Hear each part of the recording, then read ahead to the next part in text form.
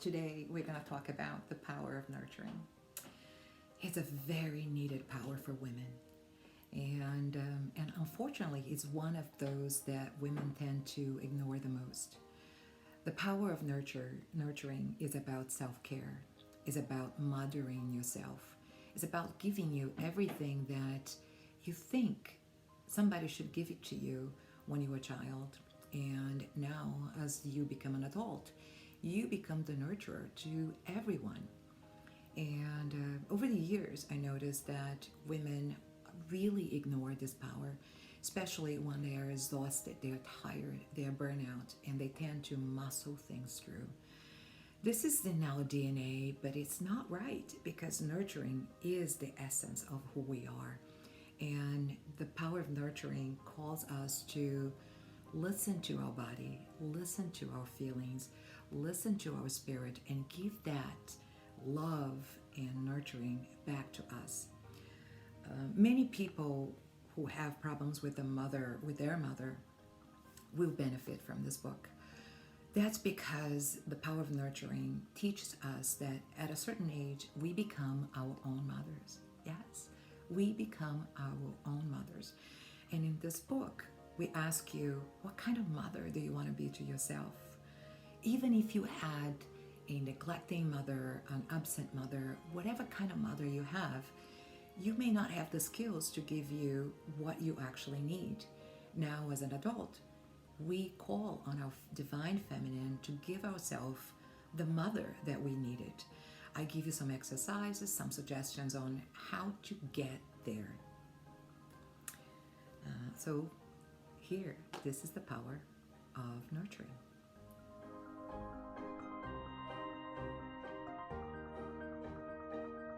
I'm talking about the 9 powers of women, and today we are talking about the power of creativity. Yes, yes, yes. Creativity is a lot of fun. The main reason for us to cultivate our power, creativity, of course, it is for awakening the divine within, but it's also to remind us that women, you have powers and you create your whole life. Yes, you are the creative, not somebody else, not your husband, not your children, not your parents. You are the creator of your life. And this power reminds us that that's what we do, okay? Over the years, there was a lot of studies, and I talk about that in the book, and one of them actually talked about asking men and women who they thought were more creative. And surprise, surprise, men and women thought that men were more creative than women, but that's not true. And if you go through the whole powers, you understand why a lot of the views and the words and the work of women have not gone too far because of preconceived notions about women. So another thing I talk about in this chapter is about time. Yet nurture is also for us to give ourselves the care and the time that we need to recover.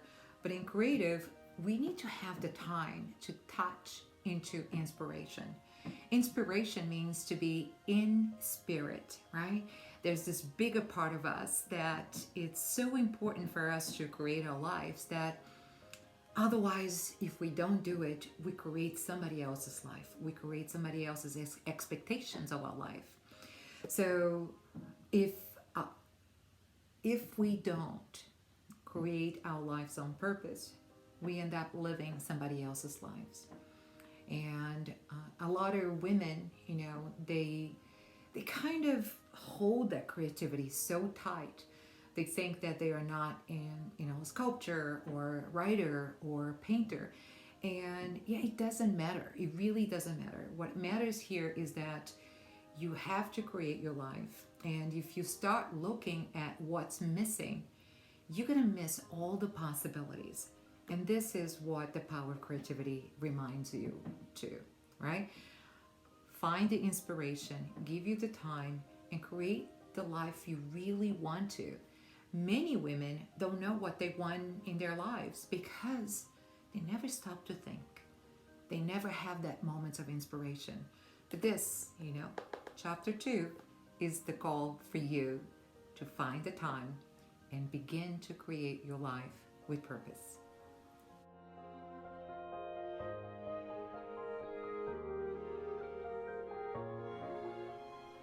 Hi there, Anna Barreto here. I'm back talking about my latest book, The 9 Powers of Women, Awakening the Divine Feminine Within. And today we talk about the power number 3, the power of confidence.